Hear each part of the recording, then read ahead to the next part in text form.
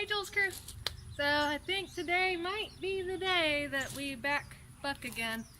If you are wondering why I'm restarting a horse that has already been broken, please check out my last video. I'll put a card up. But I have not ridden him in about a week and a half. We've just been doing groundwork, so check out that video to see what kind of groundwork we've been doing. So hopefully today will be the day I'll be able to hop on him. I'm going to treat it like it's his very first time ever having a rider on him. I am going to do it in a Western saddle, so I'll show you how to tack up in a Western saddle. I do realize my saddle pad is way too small for the saddle, but sorry guys, I'm an English rider, it fits it alright. This is the largest English pad that I have. I already gave him a quick brush off. Good boy. Good boy. So yes, I know I have an English pad and I have English stirrups on a Western saddle. This stirrup is very slick and I also have very, very short legs, and this stirrup hangs down too low for me to shorten the stirrup up where I need it to be. So I just put my English stirrups on. They got more traction on them.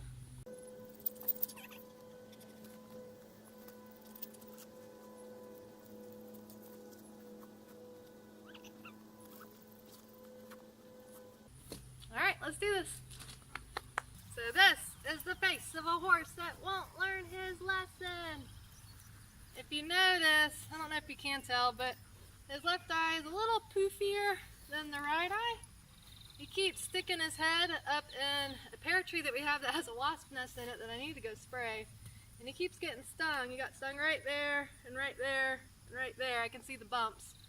But we stained it, made sure nothing was wrong with his actual eyeball. You can stain it with fluorescent stain, and it'll show if there's a scratch or an ulcer in his eyeball. And as you can see, he's not really wanting to squint his eyes shut. It's not that his eyeball hurts, and there's not really much drainage.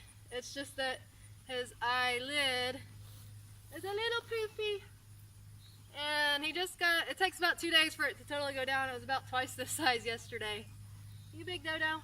But anyway, just in case you were wondering why his eyelid was a little poofy, that is why. Because he won't learn his lesson. But I won't bore you guys with all the lunging that I do. Watch my other video for any of that. I'll show you some of the groundwork that we're doing before I get on. So his main problem is he's very sensitive to stirrups and he spooks at leg aids. So that's what we're trying to get him over. So the first thing I like to do is he knows how to give with his hind end. Like that, to pressure. So now what I want him to do is to do it with manual pressure. So what I do is I stick the butt of my crop in where my foot would go, and I'm going to give pressure until he just moves his hind end and not his front end. And this used to send him up the wall, and it still somewhat does. He doesn't like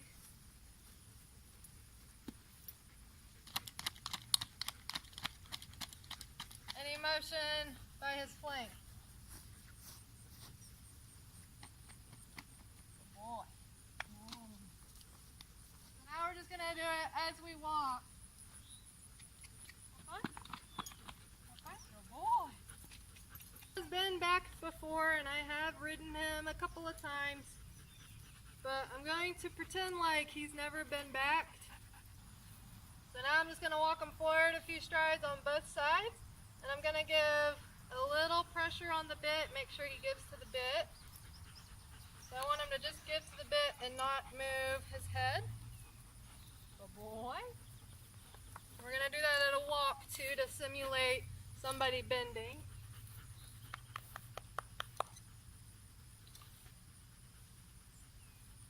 So just slight pressure till he gives.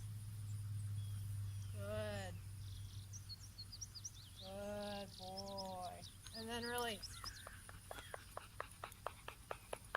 Yeah, think about that. Ask him to walk on. Okay.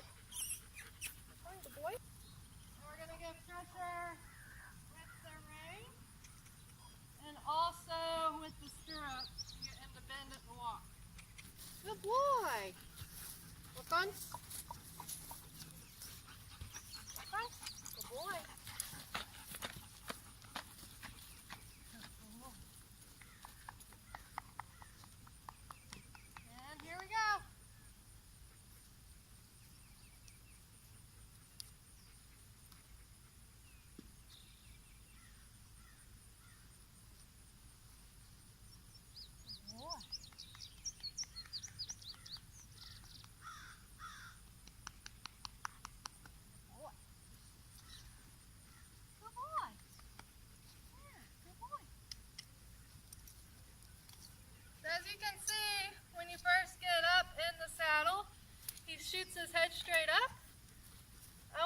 be totally comfortable and not have to shoot his head up at all, and just stand nice and perfectly still.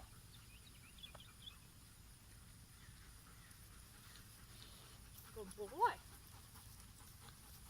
That was better. Good boy. Okay.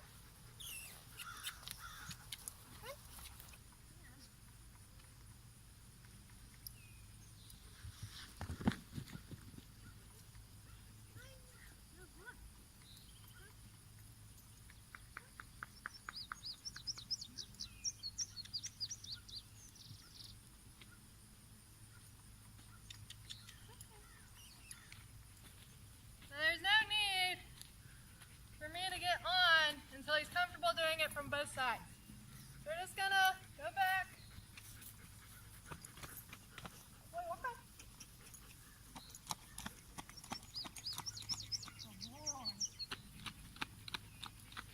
Good boy. Yeah. I'm gonna lengthen this stirrup a little bit so it's not such a struggle for my short little butt to get on. We're going to try it again.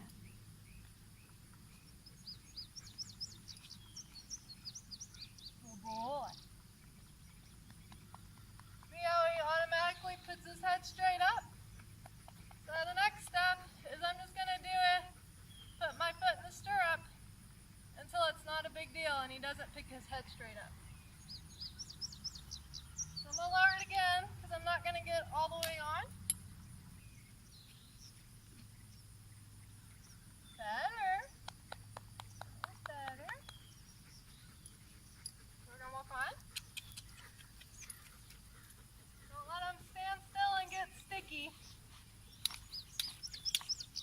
When they stand still and get sticky, that's when you have explosions. Better. Very good. Good boy. Yeah, that was better. That was better. So he doesn't like when my foot touches his elbow, I believe. Now I was able to get off of him before he were to explode. That was a better experience. We're going to ask him to walk on again. I'm going to bang this on his elbow. Good boy. He's not ready. If he moves away from me, I'm not going to get on him. We're going to try from the side that he knows.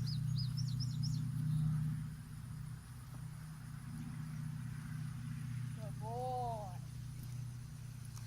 So again, he's lifting his head straight up in the air. He's not real comfortable with it, but he didn't explode. So we're making progress. He knows until he doesn't lift his head up. Good boy. Better. Good boy. You know, there's been some people, I won't specify names, I've seen videos of them saying you should not back a horse this way. That if you can't get your foot all the way over in the saddle, it's just uncomfortable for them to have weight on either side hanging. But if I were to get my foot all the way in this saddle, it's going to be really comfortable for me when he bolts like he did and I fall and break my hip. So I would rather him be a little bit uncomfortable with weight on either side. It also gets them used to when you're in the tack, if you get knocked off balance, like many of us do, we're not perfect, it gets used to weight being on either side and the horse not freaking out about it. Another thing he likes to freak out about is if he gets you off balance, he bolts, and that's how I got hurt, is he shifted to the side, I got off balance, it scared him more, and he bolted. So I actually want him used to weight being unevenly distributed and it not being a big deal. My weight with him at a standstill is not going to break his back. That being said, I don't think that you should go very long with one side weighted down and not the other. So I'm just doing it as a standstill. I'm doing it for just a few moments at a time until he gets totally used to it, and it's not a big deal. It's not something he should freak out about, and he's got to learn that, and that's okay. So no, I'm not hurting my horse's back. He will be perfectly fine. So we're going to try with the side that he doesn't like. Good boy. Good boy. Good boy. Yeah. Good boy. And we're going to be done for the day. I didn't get my leg over, but you have to read your horse. If the big battle for today was me even getting up on the right-hand side without him freaking out just for a split second, we're going to call it a day. He's a young horse, so I don't want to blow his brain. I want to end on a good note and not fight him the rest of the way. So we're going to work on this for the rest of the week. Stay tuned for next week. Hopefully I'll get both feet in the saddle. Mwah. Love you guys. Please subscribe. Please like. Hope you're having a great day. You hot dog 10.